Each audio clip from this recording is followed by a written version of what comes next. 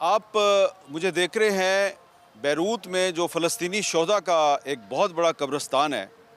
آپ مجھے اس قبرستان میں دیکھ رہے ہیں اور میں اس قبرستان میں اس لیے آیا ہوں کہ میرے پیچھے ایک قبر ہے اور یہ قبر ہے مفتی امین الحسینی کی۔ اور یہ جو مفتی امین الحسینی صاحب ہیں، یہ 1974 میں ان کی وفات ہوئی تھی یہاں بیروت میں، اور 1974 میں ان کو یہاں پر دفن کر دیا گیا، کیونکہ اس وقت اسرائیل جو ہے اس نے مفتی امین الحسینی صاحب کو غزہ میں دفن کرنے کی اجازت نہیں دی۔ تو یہ جو مفتی امین الحسینی صاحب کی قبر ہے، ان کا مزار ہے، یہاں پر میں کیوں آیا ہوں؟ اس کی وجہ یہ ہے کہ اس وقت جو لبنان میں صورتحال ہے، اس پورے مشرق وسطیٰ میں جو صورتحال ہے، اس کا تعلق غزہ کے ساتھ ہے۔ اور مفتی امین الحسینی صاحب جو ہیں یہ مفتی اعظم فلسطین تھے اور ان کا تعلق غزہ کے ساتھ تھا، اور انہوں نے کئی سال تک جلاوطنی کی زندگی گزاری، اور پھر آخر کار ان کو بیروت میں پناہ ملی اور یہیں پر ان کا انتقال ہوا اور یہیں پہ یہ دفن ہے۔ یہ جو مفتی امین الحسینی صاحب ہیں، ان کے بارے میں آپ کو یہ بتانا ضروری سمجھتا ہوں کہ ان کا شاعر مشرق حضرت علامہ اقبال اور بانی پاکستان قائد اعظم محمد علی جناح کے ساتھ بہت گہرا تعلق تھا۔ اور علامہ اقبال جو ہے وہ مفتی امین الحسینی صاحب کی دعوت پر مسجد اقصیٰ بھی تشریف لے کے گئے، جو بیت المقدس میں ایک کانفرنس ہوئی تھی، اس میں علامہ اقبال نے شرکت کی تھی۔ اس کے میزبان مفتی امین الحسینی صاحب تھے۔ مفتی امین الحسینی صاحب جو ہیں انہوں نے مولانا محمد علی جوہر کی بیت المقدس یعنی مسجد اقصیٰ کے احاطے میں تدفین کا اہتمام کیا تھا، کیونکہ اس وقت ابھی اسرائیل قائم نہیں ہوا تھا، اور مفتی امین الحسینی صاحب جو ہیں کیونکہ وہ مفتی اعظم فلسطین تھے تو ان کے پاس اتنا اختیار تھا کہ انہوں نے مولانا محمد علی جوہر کو، جن کا انتقال لندن میں ہوا تھا، ان کو مسجد اقصیٰ کے احاطے میں دفن کروایا۔ پھر یہ جو مفتی امین الحسینی صاحب ہیں، ان کا قائد اعظم محمد علی جناح کے ساتھ ایک تعلق تھا، اور قائد اعظم محمد علی جناح جو ہیں یہ مفتی امین الحسینی صاحب کے ساتھ رابطے میں رہتے تھے، اور انہوں نے بہت سے خطوط قائد اعظم کو لکھے، قائد اعظم نے بہت سے خطوط مفتی امین الحسینی کو لکھے، اور مفتی امین الحسینی جو ہے ان کی درخواست پر قائد اعظم محمد علی جناح جو ہے وہ کئی دفعہ رجب کے مہینے میں جب شب معراج قریب آتی ہے تو آل انڈیا مسلم لیگ کے پلیٹ فارم سے مفتی امین الحسینی کی درخواست پر قائد اعظم محمد علی جناح یوم فلسطین منایا کرتے تھے۔ اور پھر یہی مفتی امین الحسینی صاحب تھے جنہوں نے جب پاکستان بن گیا تو قائد اعظم محمد علی جناح کو مبارکباد دی، اور انہی کے کہنے پر جب اسرائیل قائم ہوا تو قائد اعظم محمد علی جناح نے، جو امریکی صدر تھا ٹرومین، اس کو خط لکھ کے کہا کہ ہم اس ناجائز ریاست کو تسلیم نہیں کرتے۔ مفتی امین الحسینی صاحب کو دوسری جنگ عظیم میں برطانیہ کی طرف سے موسٹ وانٹڈ ٹیررسٹ قرار دیا گیا، ان کو دہشت گرد قرار دیا گیا، اور قائد اعظم محمد علی جناح جو ہیں وہ اس کے باوجود کہ برطانیہ نے ان کو دہشت گرد قرار دیا تھا، وہ ان کے ساتھ نہ صرف رابطے میں رہتے تھے بلکہ فنڈ اکٹھا کر کے مفتی امین الحسینی کو دیتے تھے۔ اور پھر قائد اعظم کی وفات ہو گئی، پھر مفتی امین الحسینی صاحب جو ہیں انہوں نے ایک اور پاکستان کے لیے کارنامہ سر انجام دیا، اور وہ یہ تھا کہ انگریزوں کے دور میں جو قبائلی علاقوں میں ایک ملٹری آپریشن شروع ہوا تھا وزیرستان کے علاقے میں، تو وہاں پر فقیر ایپی نے پاکستان کے خلاف ایک مسلح مزاحمت جاری رکھی، تو مفتی امین الحسینی صاحب کو حکومت پاکستان نے بلایا اور یہ خاص طور پہ وانا گئے۔ وانا میں جا کے انہوں نے جو وزیر قبائل ہیں اور دیگر قبائلی عمائدین ہیں ان سے بات کی، ان کی درخواست پر انہوں نے ہتھیار پھینک دیے اور حکومت پاکستان کے ساتھ امن معاہدہ کیا۔ پھر مفتی امین الحسینی صاحب جو ہیں آزاد کشمیر گئے، عباس پور پہ لائن آف کنٹرول پہ کھڑے ہو کے انہوں نے کہا کہ کشمیر اور فلسطین کا آپس میں بہت گہرا تعلق ہے۔ یہ میں نے آپ کو پوری جو بیک گراؤنڈ بتائی ہے اس کا مقصد یہ ہے کہ آج جو لبنان میں صورتحال ہے، غزہ میں صورتحال ہے، اور جو مزاحمت ہو رہی ہے اس مزاحمت کا آغاز مفتی امین الحسینی صاحب نے کیا تھا۔ اور یہ جو شہداء کا قبرستان ہے بیروت میں، اس میں آپ کو بہت اہم جو فلسطینی شہداء ہیں ان کی قبریں نظر آئیں گی۔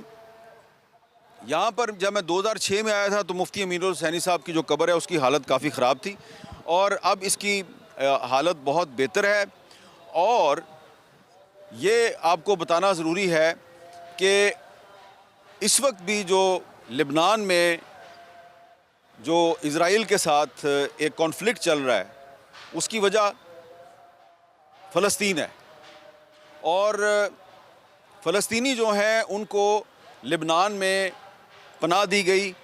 اور پی ایل او نے یہاں پہ اپنا ہیڈ کوارٹر بھی قائم کیا، لیکن مفتی امین الحسینی صاحب پی ایل او سے بہت پہلے یہاں پر آ کے انہوں نے پناہ لی اور یہیں پر ان کا انتقال ہوا۔ اور اب صورتحال یہ ہے کہ جو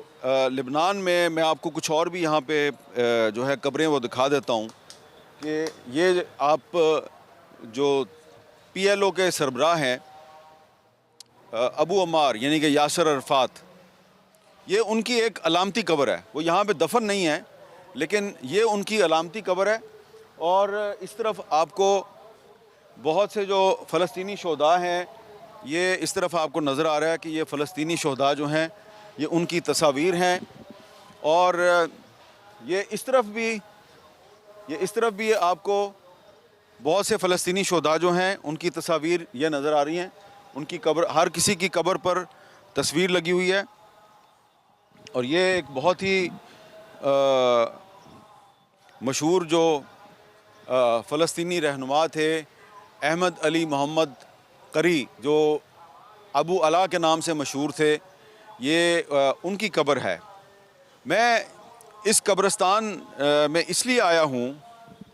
کہ میں یہ اسٹیبلش یہ کرنا چاہ رہا ہوں، آپ کو بتانا یہ چاہ رہا ہوں کہ جو مسئلہ فلسطین ہے اس کا بہت گہرا تعلق ہے اس وقت لبنان کی صورتحال کے ساتھ۔ اس وقت جو لبنان میں اسرائیل کے خلاف مزاحمت کرنے والی جو سب سے بڑی طاقت ہے وہ حزب اللہ ہے، اور حزب اللہ جو ہے اس کا جو سب سے بڑا سپورٹر ہے وہ ایران ہے، اور ایران اور اسرائیل کا جو سب سے بڑا تنازع ہے وہ مسجد اقصیٰ ہے، وہ فلسطین ہے۔ اور یہ مسئلہ جب تک حل نہیں ہوگا تو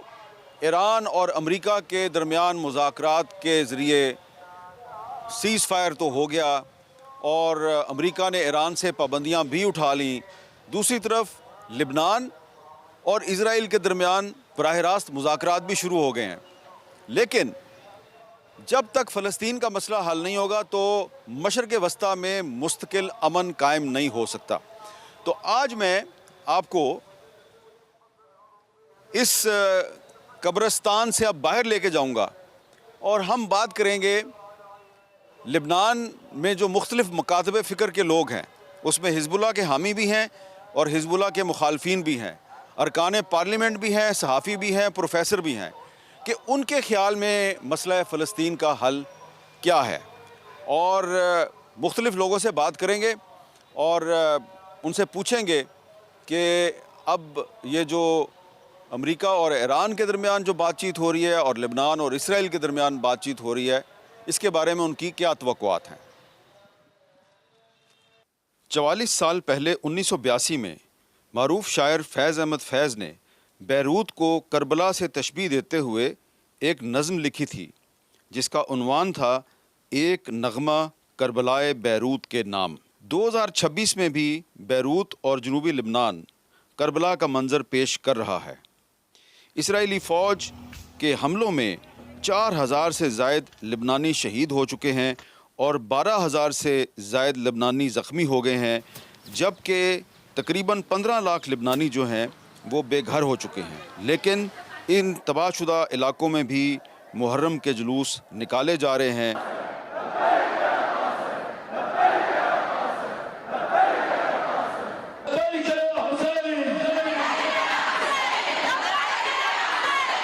اور لبنانی عوام کا حوصلہ بلند نظر آتا ہے۔ لبنان میں 18 مختلف مذاہب کے پیروکار بستے ہیں۔ لبنان کا صدر ہمیشہ کرسچن ہوتا ہے، لبنان کا وزیر اعظم سنی مسلمان ہے، اور لبنان کی پارلیمنٹ کا سپیکر شیعہ مسلمان ہے۔ حزب اللہ جو ہے وہ لبنان میں ایک سیاسی جماعت کی حیثیت سے ہمیشہ الیکشن میں حصہ بھی لیتی ہے، اور اس وقت پارلیمنٹ میں حزب اللہ کو 18 نشستیں حاصل ہیں، جبکہ وزیر اعظم کی کابینہ میں 5 منسٹریاں حزب اللہ کے پاس ہیں۔ لیکن اسی حکومت نے حزب اللہ کے ملٹری ونگ پر پابندی بھی لگا رکھی ہے۔ عام لبنانیوں کی بڑی اکثریت حزب اللہ کی حامی ہے، لیکن حزب اللہ کے مخالفین کی بھی لبنان میں کمی نہیں ہے۔